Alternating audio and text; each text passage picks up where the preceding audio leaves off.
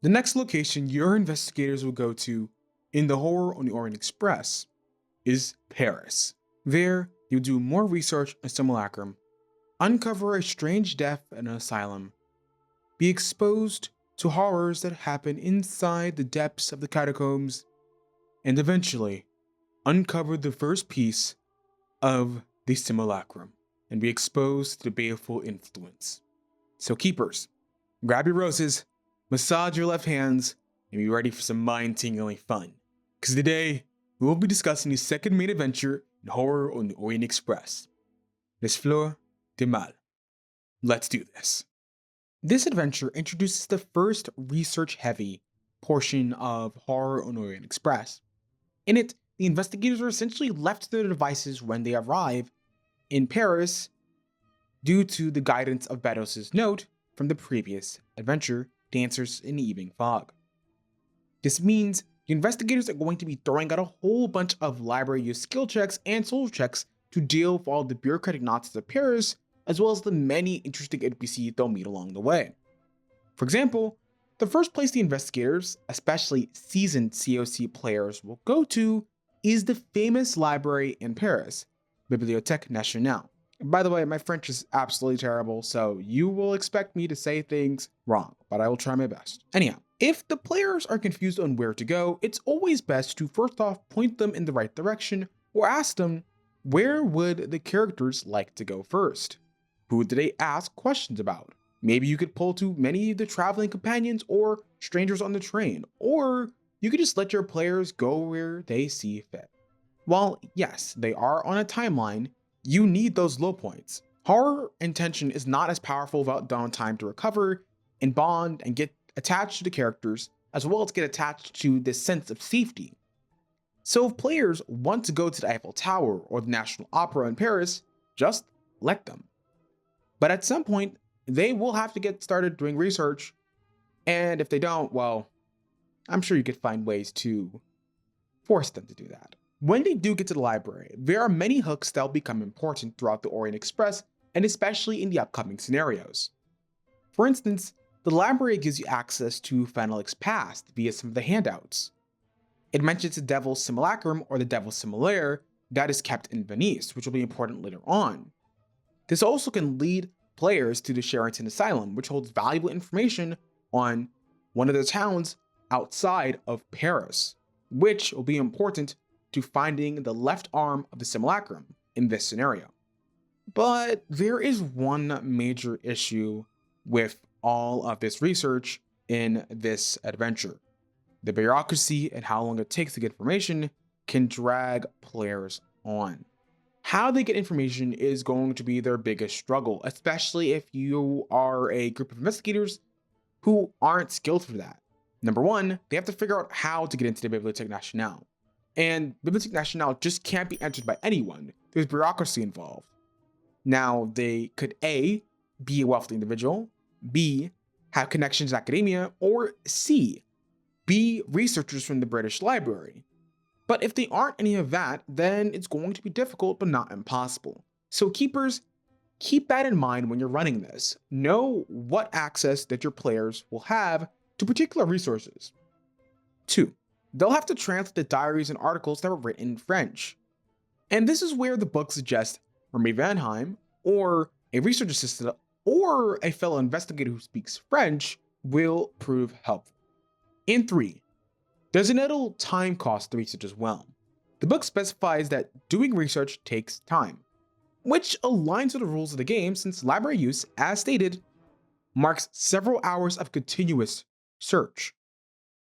All the research that your investigators do is to lead them to Poissy, where they will find the simulacrum, as I've mentioned earlier. When they are finished researching for the day, let them explore Paris afterwards. This not only will spice up the adventure by giving them other things to do other than sit in a library all day, but it also gives them the opportunity to learn more about Fenelique or about, say, the simulacrum, not via a library. For example, they could visit the Louvre or the catacombs in the late afternoon or evening. And in these places, there are things they can encounter. The Louvre has a tantalizing scare, where the investigators encounter an art piece that may or may not look like Comte Fenelique. The catacomb has a moment where they can meet a trusted ally or foe in the Dreamland Express, known as Guillaume. And if investigators do fail a library use check, I still think they should get info, but at a cost. For example, the brothers are also researching to find simulacrum pieces, possibly. A failure, and a very big one like a fumble, means putting the research assistant or fellow investigators at risk of being discovered or attacked. Maybe the research assistant with a major fumble gets caught by the Brotherhood of the Skin. Or maybe the researchers get so absorbed in their research that they don't leave and are kicked out of Bibliotheque Nationale for a couple of days. I generally just avoid halting or blocking off handouts entirely simply because players fail a roll. Because doing so can halt the game, and then you have the investigators wandering around aimlessly. So don't waste your PC's time unless it brings something of value to the narrative, like a cool roleplay moment, or something that will complicate the scenario but won't stop the players from getting the information they need. Once your players have exhausted all the research opportunities at the library and elsewhere, they will probably go to the Charenton Asylum, where they will gain more info. The asylum, I think, is the perfect opportunity for great anxiety, horror, and even a little bit of comedic relief if you want to roleplay it that way. The location is where Fenelique has been for a while, and was released due to Martin Guimard being a, well, awful person. And I think there's a lot of fun for players and the keeper because of the variety of NPCs that they can encounter. Those being Dr. Duplass, who is the original director of the asylum, but dies while trying to learn more about the sickly patient, i.e. Comte Fenelique. There's Martin Guimard, who is a devious nurse who releases Fenelique one night before the investigators arrive. There is Dr. Leroux, who is Delplace's successor after Delplace dies. There's also Madame Ronet, who is an uncommunicative but observant assistant to Dr. Leroux. These two, Leroux and Ronet, hold a valuable handout, which is Dr. Duplass's journal, which I highly recommend you make sure that your investigators get or have a chance of getting. Finally, there's Paul Mandrin, a staff member who acts as the exposition dump for the players who may have not learned anything up to this point. Each of these NPCs provide a variety of opportunities for roleplay, social, even combat encounters. Dr. Delplace is dead by the time the investigators get there, as I've said, but doesn't mean he can't be used effectively. His location is on the map for Paris. If the players are savvy, and specifically the investigators are savvy, they might be able to find Delplace's house by asking local townsfolk, or even asking some of the local staff members, or even Paul. This means a couple of things. You will have to put stuff there for them to find, and the book doesn't specify anything of note in Delplace's house. However, this is a good opportunity to put items, trinkets, and other things that you believe the investigators have missed while looking through Paris. For example, if they miss journal number 5, then that might be the best place to put it instead of, say, in the asylum, or any of the other journal entries or handouts that are from the library, they could put in Delplace's house. It makes sense too, since Delplace was investigating Fenelique and doing research, so it's not a shocker that he would have this info. Martin Guimard, on the other hand, serves as an amazing and powerful human antagonist if you feel like spicing up the scenario and making it a little bit more deadly. I think he is best served if the players either admit themselves to the Charenton Asylum, or they get put in there for doing something extremely reckless like stealing stuff. And when and if they are in the asylum, Guimard can try to egg them on and be the main stopping force from them escaping. Maybe Guimard, being twisted, uses his stature as a tool to torture the players and fellow NPCs that are in the asylum. The investigators could also ask him if they recognize Fenelique. Guimard obviously doesn't know who Fenelique is, but he was the one who was hurt by him. So Guimard could talk about his awful dreams of this ghastly figure. That could allude to Fenelique's presence that will be present see what I did there, throughout the entirety of the scenario and adventure. Maybe Gumart asks the investigators to do something reckless for him to help them escape. But Gumart knows that they cannot fulfill that. This back and forth confrontation between two parties can even escalate into him confronting the players and trying to kill them out of stress, frustration, or insanity. Maybe the ghosts of his dream, i.e. Fenalik, are driving him mad, pushing him to insanity and ultimately pushing him to kill the fellow investigators. One more thing. The book also mentions some of Gumart's really unsavory stuff to paint his character.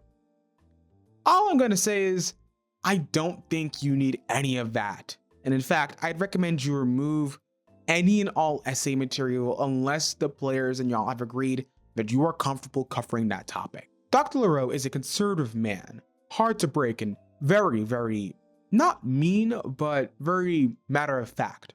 And on face value, he's just another character that can give you a little bit of exposition, but he can also be used as a creepy factor. You could give him some sort of physical disfigurement, but I recommend treading carefully with that since that could be ableist. You could maybe have him refer to himself in third person. Maybe he gets a little too close when talking to the investigators. He might have a strange collection of animals, fossils, or even butterflies in his room. Whatever the case is, give him some sort of creepy factor to make the investigators question if he's working with the brother of the skin, or if he can be trusted with any information. And if there are ideas or thoughts for Leroux or any of the NPCs, let me know down below in the comment section. I'd really appreciate it. Similarly, Madame Renee is going to be an issue. As I've stated earlier, she is super observant, and that's stated explicitly in the book. But what do you do with that, and how do you hint at that? Well, I say when they first meet Leroux and Madame Renee, show explicitly how she is observant. For instance, the investigators set a meeting with Dr. Leroux.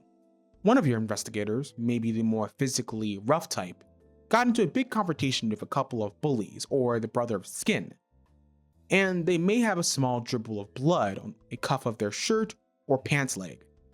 It's not noticeable to any of the other people in the group, or even themselves possibly, but Renee notices. Maybe she stops the investigators and presses them and asks them what is that on their shirt or on their pants. Maybe she makes a sly little comment, but doesn't say anything else. Whatever choice you use for Renee, just make sure that you let the players know in some way that she is a threat, not physically, but socially. Next and final is Paul Mandarin. Paul Mandarin is essentially an exposition dump NPC. Firstly, he will give your investigators any information they may have missed that would make sense for him to have. And secondly, he could technically also be an ally in the base game that helps the players in the asylum and maybe even outside the asylum. So use him as a way to relax tensions when things get, well, super intense. He could be portrayed as comedic relief, or maybe a sensible NPC. He has the most flexibility, I think, out of all the NPCs in this adventure. Poissy is west of Paris, and the second or third possible location that the investigators will go to after exploring their options in Paris. They will eventually find the mansion that used to be the home of Fenalik. It now has new residents who have built a house on it. The Loren family. The Loren's family is a fun little encounter because they are under the Baleful influence. The Baleful influence is how the simulacrum exhibits its power over finders and those around the horrid object. This manifests in three ways when the investigators meet the Loren family in their house. Christian Loren has a nasty scar in the back of his left hand. Veronica Loren's left hand is messed up due to arthritis. And their daughter left arm is hurt by some hot tea in an accident. Also, on an unrelated note, going back to Veronica, there's a minor detail about her mentioning the Paris Opera House and Caterina Cavallaro who is a major NPC in Milan, aka Note for Note. So just keep a note out for that. That was something I didn't actually notice until I read through the module again. Anyhow, each of these NPCs respectively have been affected by the baleful influence. So I personally recommend keeping this hint minor. Mention it in passing and see if players ask questions or if they notice this repetition. If they don't bring it up anymore. If they do bring it up. Ultimately, you don't want to exactly give them the hint outright, but it never hurts to if they ask for a knowledge check or maybe want to dig deeper. Moving on though, there is another detail that they will need to find in Loren's house. That is handout 6, which will lead them to Lausanne, which will help them get the scroll of the head. Just make sure that at some point they get handout 6.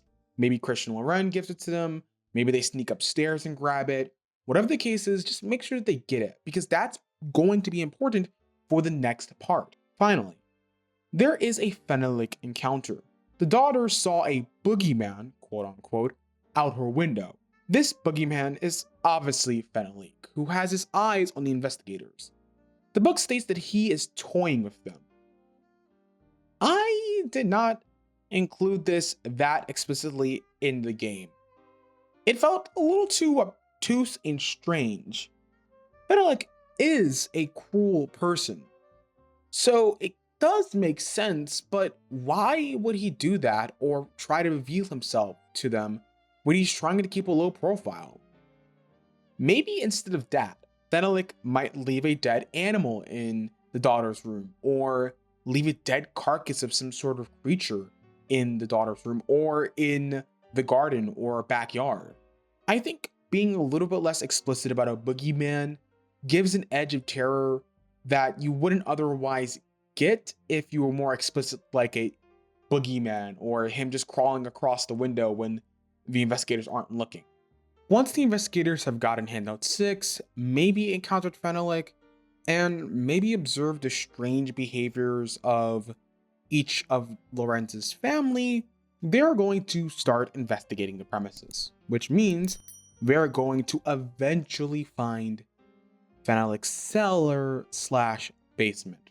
This part, I think, is one of the stronger parts, excluding the asylum and excluding all those NPCs, because the atmosphere is just dripping with angst and darkness, and also just gothic, which makes sense because Fenalik is an immortal vampire from the 16th century. The writing and description is wonderful. It's creepy. For instance, the roots are hand-like. They drip this black ichor and have these fantastic aquamarine bluish colors. And that's not even talking about the variety of skulls the investigators can find. So, my biggest advice is to lean into that. Let them absorb that atmosphere. Describe it in detail if your players love that kind of stuff. Use the 5 senses and try not to use sight as much or hearing. Maybe use smell or taste.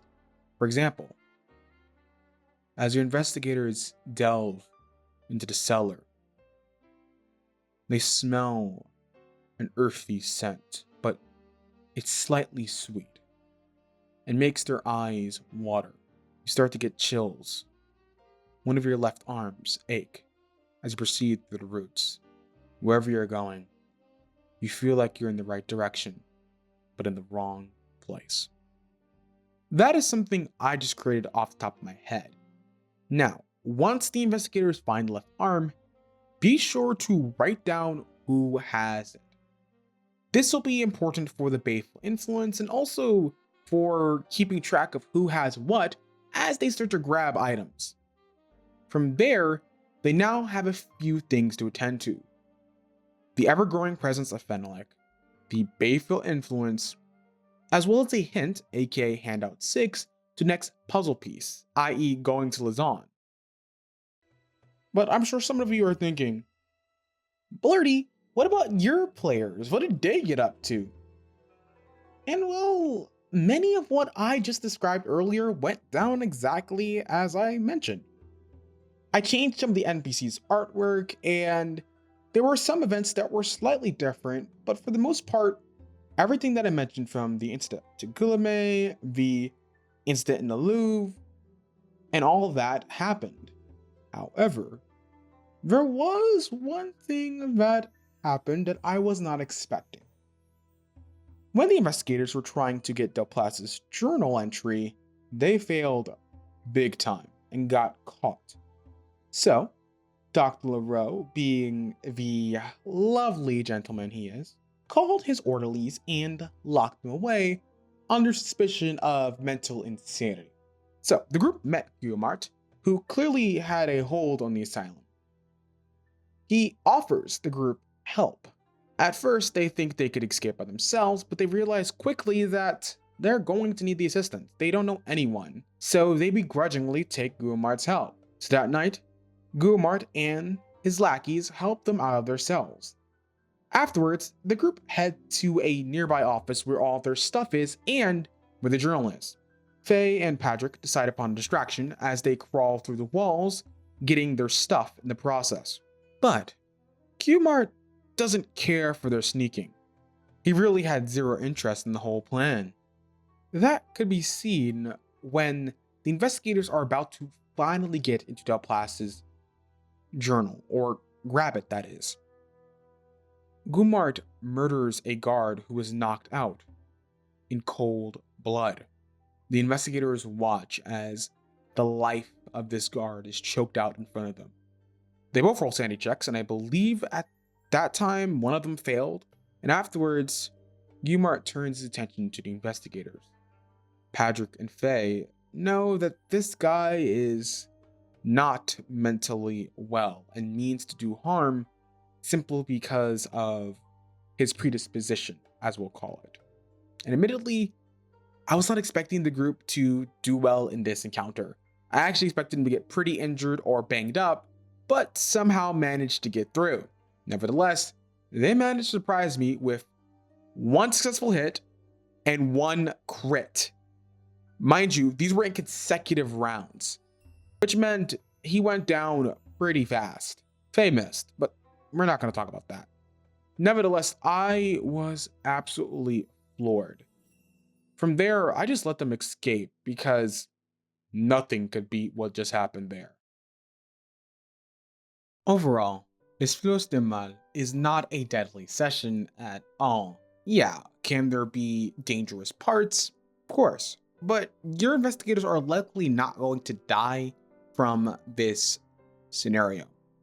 Unless you get really lucky in the asylum or they get really unlucky in an extra encounter that you've put in. For the most part, it is pretty tame in terms of the combat, before things go balls to the wall horrible.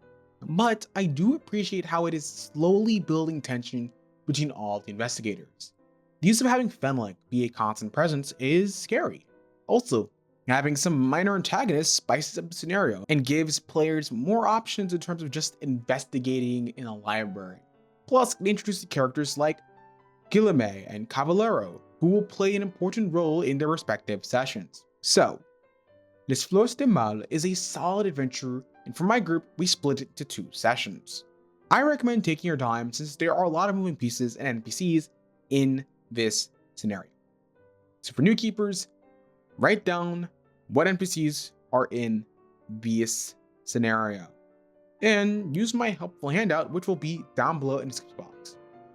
And as always, all of my resources for Horror and Orient Express for this part and the others are going to be in the description box.